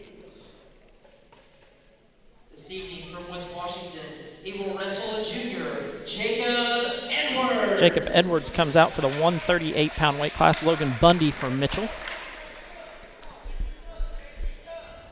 I'd like to see Jacob use his style here. He wants to throw all the time, but he's so quick. He really needs to perfect his shot, man. He's probably the quickest kid on the team. Yeah. And he has a good shot, but I don't know if he's just not confident with it yet, because he seems like he always wants to go to the head. Here he goes. Yep. There's a nice headlock. And fall. That's an 8-second pinfall. That's one that we're going to have to make sure Coach Tankersley sends into the state, because they do give awards for the fastest pinfalls in the state. And that's one that he definitely can pick up there. That's a pretty quick one. I will say, though, I'm very happy for Jacob and his win, and it was a good, solid throw. You know, that's going to make him want to go to that every time. Yeah. Yeah. You really would like to see a guy work his moves So very proud of him for the win. But, you know, there's something also to be said to going out there and wrestling and getting some mat experience. That brings us to the So Hunter Pavey gets a forfeit, which brings the score 24-6. A senior, Braden Wilson. Braden Wilson comes out in the 152-pound weight class. Wrestling Mateo Bisotto.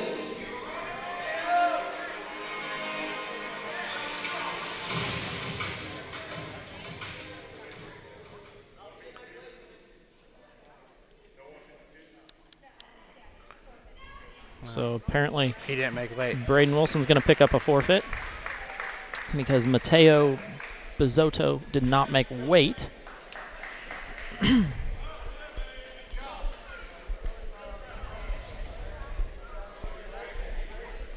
So now we're going to come to the 160-pound weight class with Trey Spear. Next up, the 160-pound weight class. First from the Mitchell Blue Jackets, Trey Spear. I think this is one of their better performing wrestlers. Yes, Washington yes. Senior, Waylon Dykus.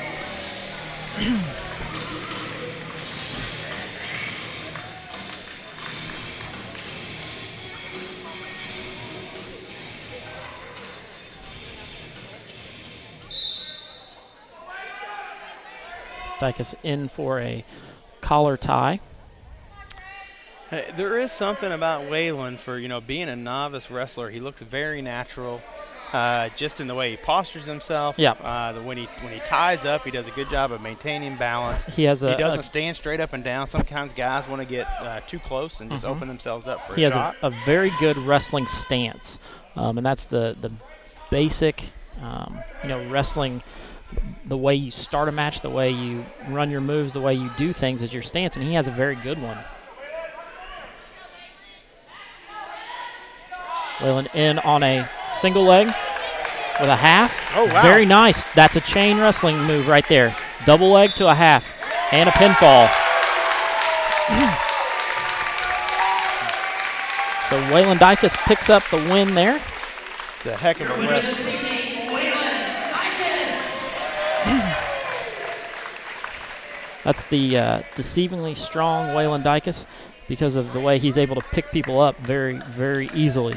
Next up, the 170-pound weight class. First for the Senators. You could tell the coach wanted to contest maybe that was a little quick on the. But the one thing I would say was the opponent was trying to work himself off the mat to avoid being pinned. Right. Rather than trying to work off of his back.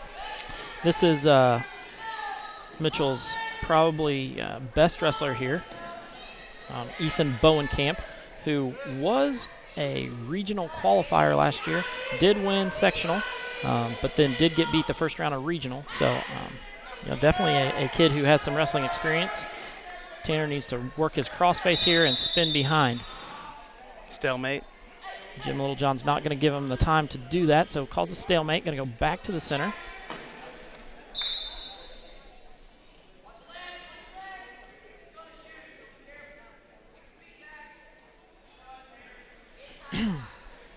Once again, Bowenkamp is kind of a stockier wrestler where Tanner's more long. Oh, Tanner, then roll right to your back. That's not going to help your cause. So Bowenkamp's going to get a 2-point takedown.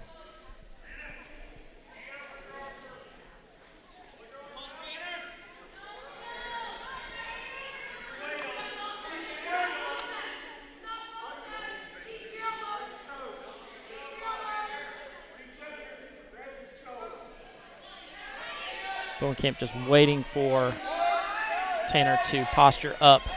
And when he does, he rolls him over. So going to get 2 near fall. Quit reaching back.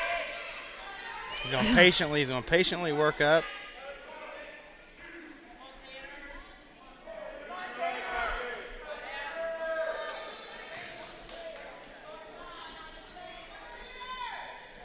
Has the legs in, which is going to make it harder for Tanner to turn over.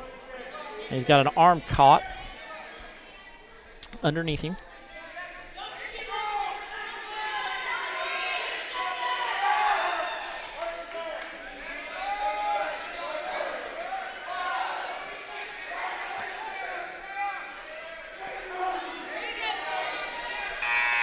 does make it through the first period. Nice to see him fight out of a very difficult situation there. That was 30 seconds of fighting to not go flat. Tanner does choose the down position. A lot of people at home may say, why does a coach put you in the down position? It's the greatest opportunity to score. Yep. And especially in a situation when you're down 7-0, you know, you're looking to gain points.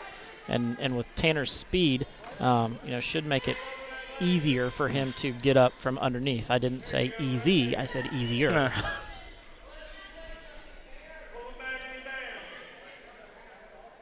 Tanner doing a good job of tying up wrists to keep Bowenkamp from being able to score. But this is where Tanner needs to belly out and let go of that head. That head's not helping you at all.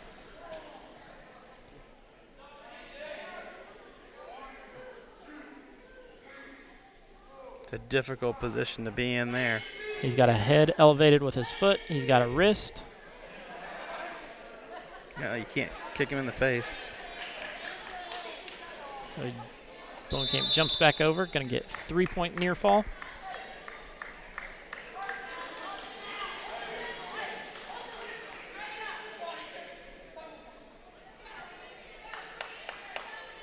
Coach is instructing him to get the technical fall if he can within this last minute of the second period. Which, once again, is when you're up by a difference of 15 points. It doesn't have to be 15-0. It can just be 15 points. So, going to get 2 more back points there.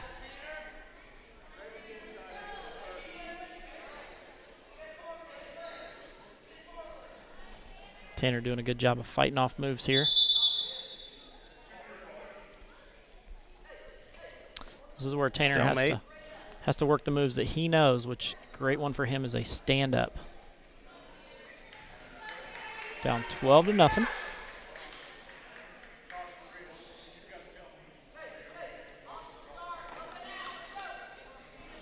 Going to see our first optional start here, which Tanner's move should be straightforward. So going to have 1 point there. Bring the score 12-1.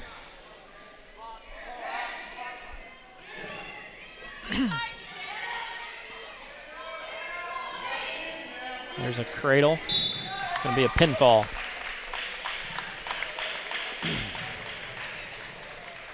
Brings the team score 36-12. Mitchell does forfeit the 182-pound class, the 195 and 220.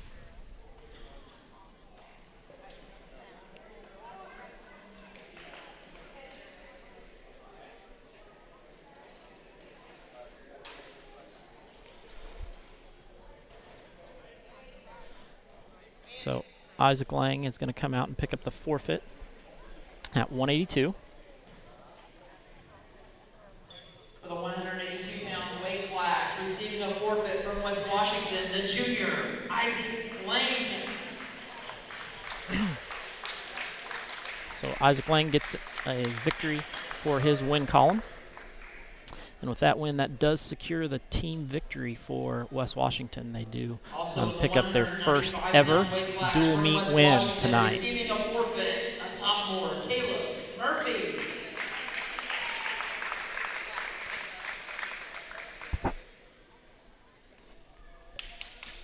Looks like Noah's going to be giving up a little bit of weight in the heavyweight. Yeah, maybe a little. Receiving a forfeit, a freshman, Charles Madden. Charles Madden also picks up his first varsity win, I believe.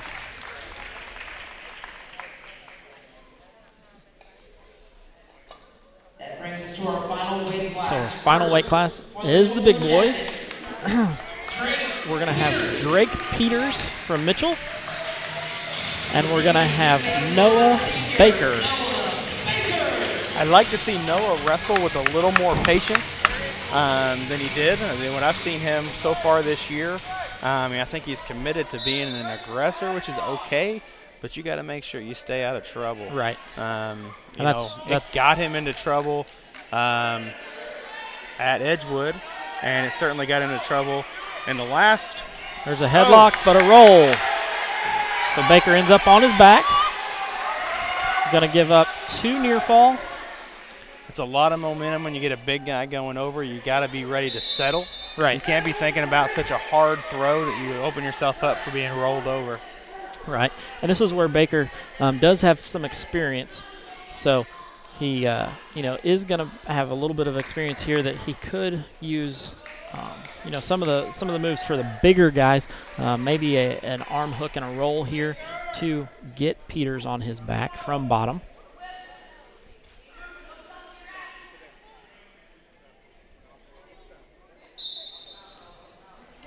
Step up, very nice takedown. Here we go with another headlock. Taking advantage. There, he settled that time. Settled that time. Pinfall.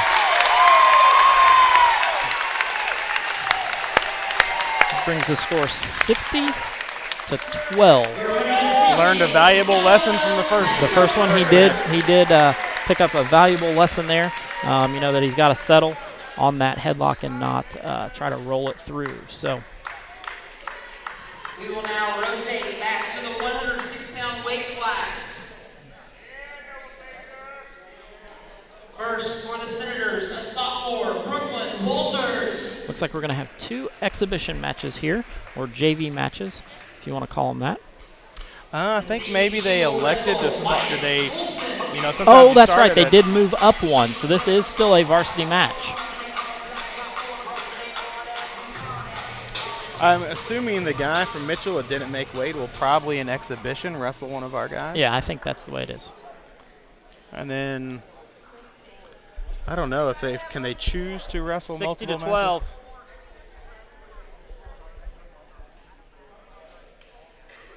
Ingram. Tell him 60-12.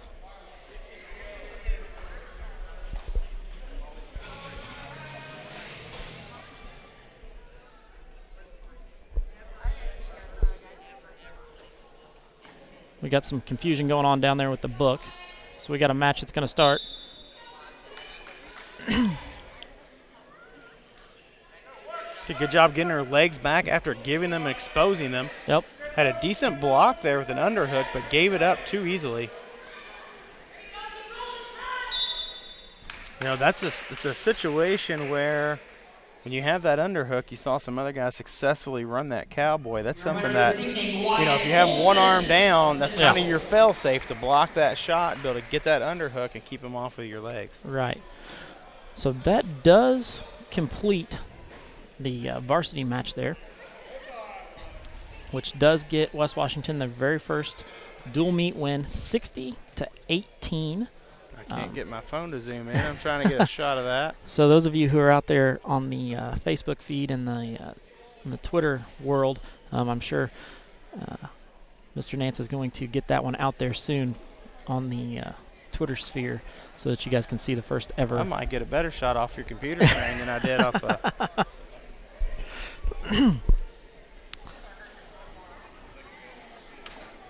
That may be a first. Someone using the computer for the picture. So, great night here of wrestling for the Senators. So, they do pick up their first dual win. Looks like they're going to. Your final score this evening: West Washington wins 60-18. Program history being made. With their first dual meet win. I'm sure there's many more that will come. But this is definitely a first, which is great. A lot of programs have to wait 2 or 3 years to pick up their first dual meet win. And this is a credit to kids coming out. Obviously, we have a fuller lineup than we did, but we also won some pinfalls there. So it's a combination of 2 things. Having some committed kids coming out, filling every weight class, which is huge for a first-year program, especially at a 1A school. And then in addition to that, the fact that the guys came out here, competed and won a few matches. Looks like we might have an exhibition between 2 of our own guys. That may be going on, which is another option here for wrestling that you don't see in any other sport. Where you can get mat experience against your own teammates. So with an official, which is nice. Yeah, different than being in your own wrestling room, which the Senators are lucky to have. They do utilize the speed training room and are able to put down a full mat and be able to practice in that. So that's great. A lot of teams around have to use a cafeteria or wait until a basketball team is done with a gym and then roll out a mat and roll it back up every day, and that gets really old and takes part of your practice time. Where the Senators are lucky enough to be able to have a spot where they can roll a mat out and leave it down. Stalemate. Going to have a stalemate. Good fight. I mean, as deep as that shot was, typically you're going to be giving up a takedown. Yep. So great job by Snyder there to even cause the stalemate. Yeah. That's a victory. Yeah. And that's something that, you have to realize. There are, victories for winning matches. There's also victories, for your team, but there are victories in your own match of things that you do, not giving up points, not giving up takedowns, things like that. So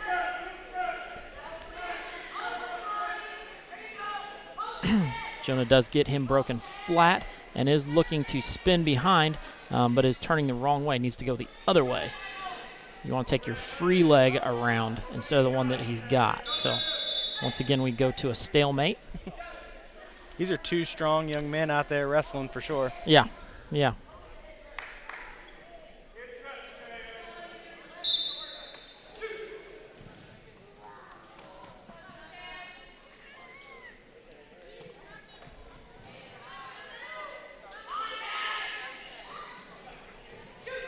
Oh, a little out of position. Still doesn't give up the takedown. Is able to stuff the head, which is good. Needs to work the crossface there and spin behind. Just sitting here is not going to score him any points. He needs to spin behind.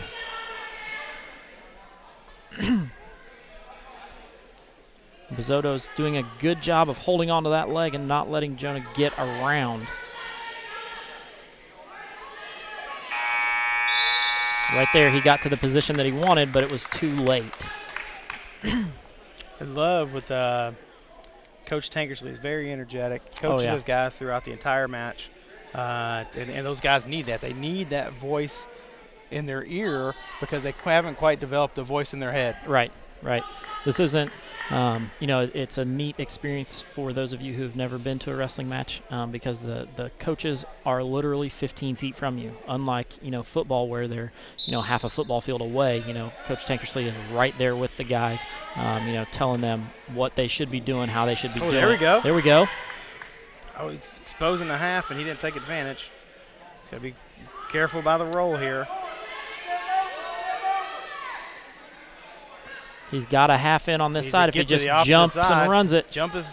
There we go. Jump and run.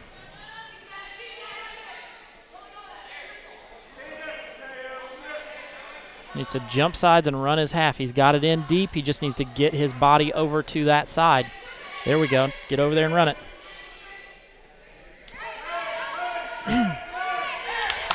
He just did what we said never do, and somehow with sheer strength, he was able to pull him over. That is a rare situation. That's a tribute to Coach Nance and the Cinder lifting program and the APE, that he was just physically strong enough to pull him straight over in a move that he should not be able to do.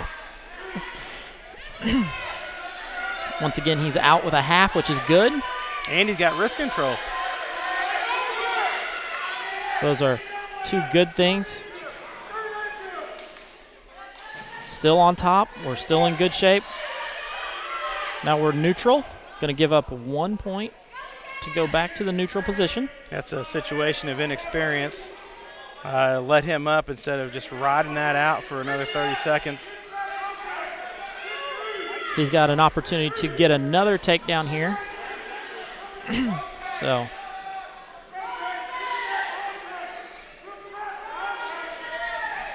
in deep, this is where Jonah needs to crossface and spin behind. That same crossface that we saw much earlier by the Madison team run would be a great opportunity to use now. Jonah is in a situation here where he looks like he's got a little more in the tank than his opponent. Wrestling into the third period, the 6 minutes, like we've said before, may be to our advantage. 5 seconds left here. Don't give up a takedown now. There we go. So we're going to go into the third period up 5-2.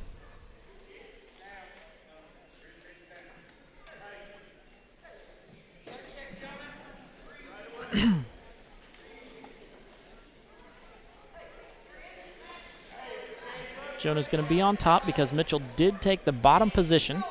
So here's where we got to focus on a breakdown, an ankle, a near ankle, a far ankle, a chop, something to keep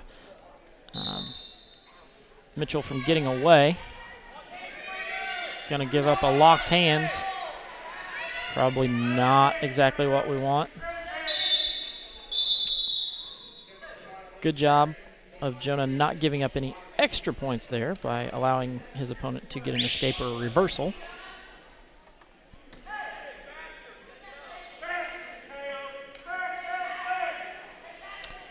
Coach from Mitchell is letting his wrestler know that he needs to move fast, fast, fast.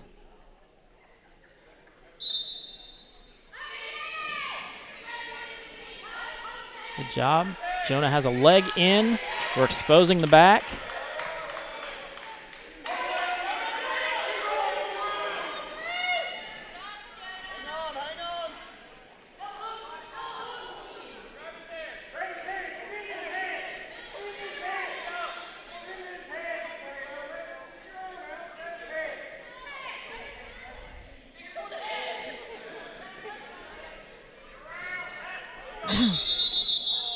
Potentially dangerous there, so we're going to come back and start again. Bizzotto is going to be down.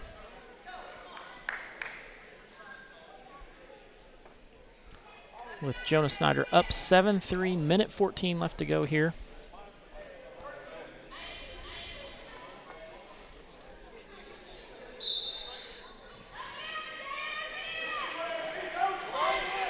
Nope. Right to his back. Nice. Coach Tankersley's telling him to stay right there. Got to get a wide base. Get those feet apart a little bit more. Long time to fight. fight. Up on his toes. Settle back. Right there. Settle back. Settle back. Settle back. That's a good job. Naturally went to hips out. There we go. Jonah Snyder picks up a nice victory there. Your winner this evening in this JV match, Jonah Snyder. Big smile on Jonah's face. Big smile from him. So that's great for him. You gotta love that. Two strong guys going at it.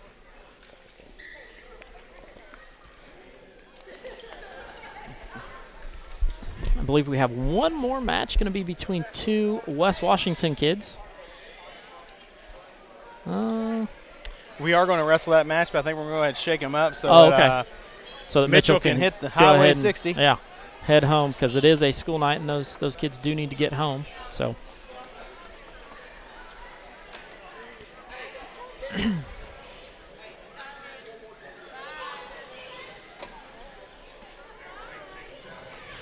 Ladies and gentlemen, we will have one more JV match. It will feature two wrestlers from West Washington. So we've got two West Washington wrestlers going to wrestle in the 220-pound weight class. Griffin Packwood and Matt Geary are going to face off.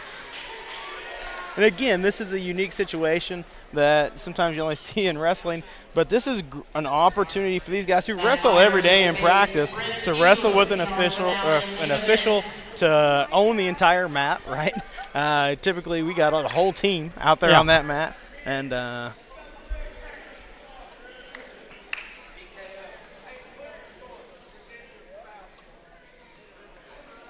these two guys look like they could be brothers. Yeah.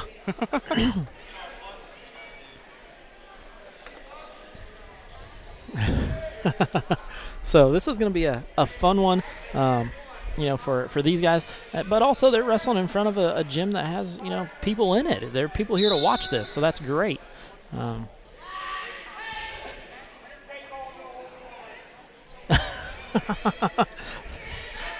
That was definitely a Nance comment from the other side. Griffin with a nice double leg. Going to work a half here. Did a good job of slipping his head out there, naturally reached for his wrist and pulled it out.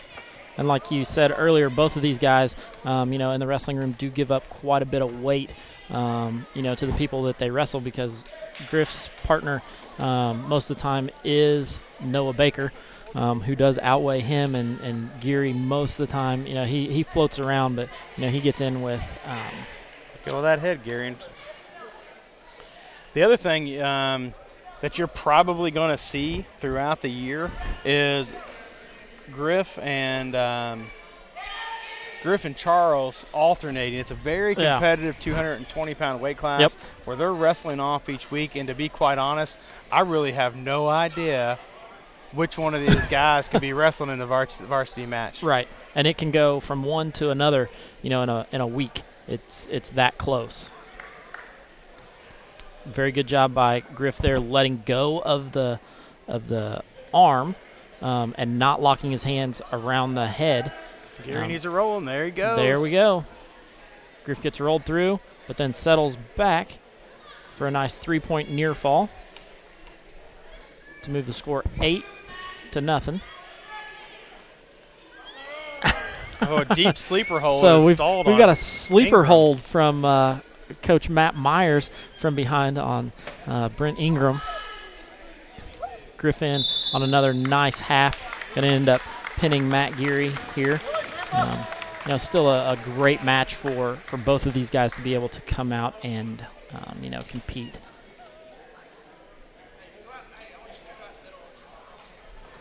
Your winner in this exhibition match, Griffin Packwood.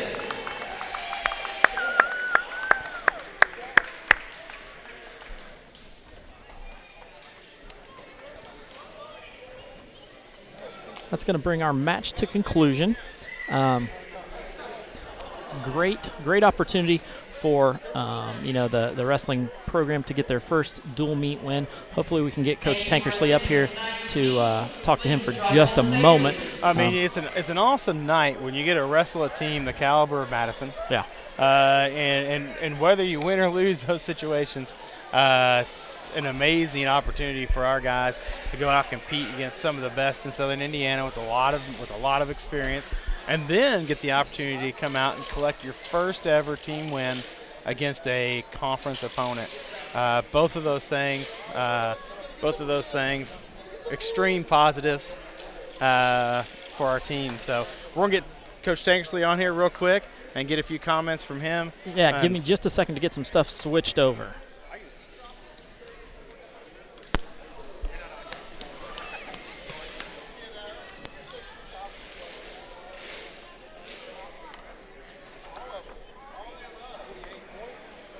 There, now we should have Coach Tankersley on. Hello. So we talked about, just before you came on, what an opportunity in one night to face a team the caliber of Madison with the caliber of wrestlers they have. Absolutely. And then also face off against a conference opponent and collect our first ever team victory. It was awesome. Absolutely. Yeah, Coach Skinner, he always has a pretty tough program over there at Madison. He's been around the sport for a really long time, and I told the guys going into it, these guys were seasoned. And they're going to see caliber wrestlers like when we saw that first meet when we went up to Edgewood. Madison's coming into this like 13-1 as a team score, so they're pretty tough. They're solid, and we were in some matches there.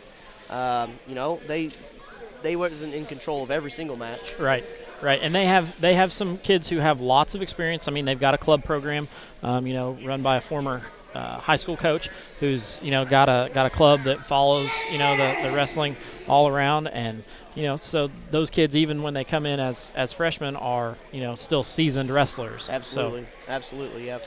I said the one thing that's a huge credit to our kids as well is 18 wrestlers filling every weight class. I know we've been flirting with that for the start of the season, but this is the first time we come out and fill everybody and put them out there to compete. The first match is won against the scale, believe it or not. And our kids are starting to understand that. It was 60-12, or 60-12 or 60-18? 60-18. 60-18. It would have been 66-18 had we not double forfeited 132. So that's just understanding how young they are and not understanding that, you can't make a 5-pound cut in one day.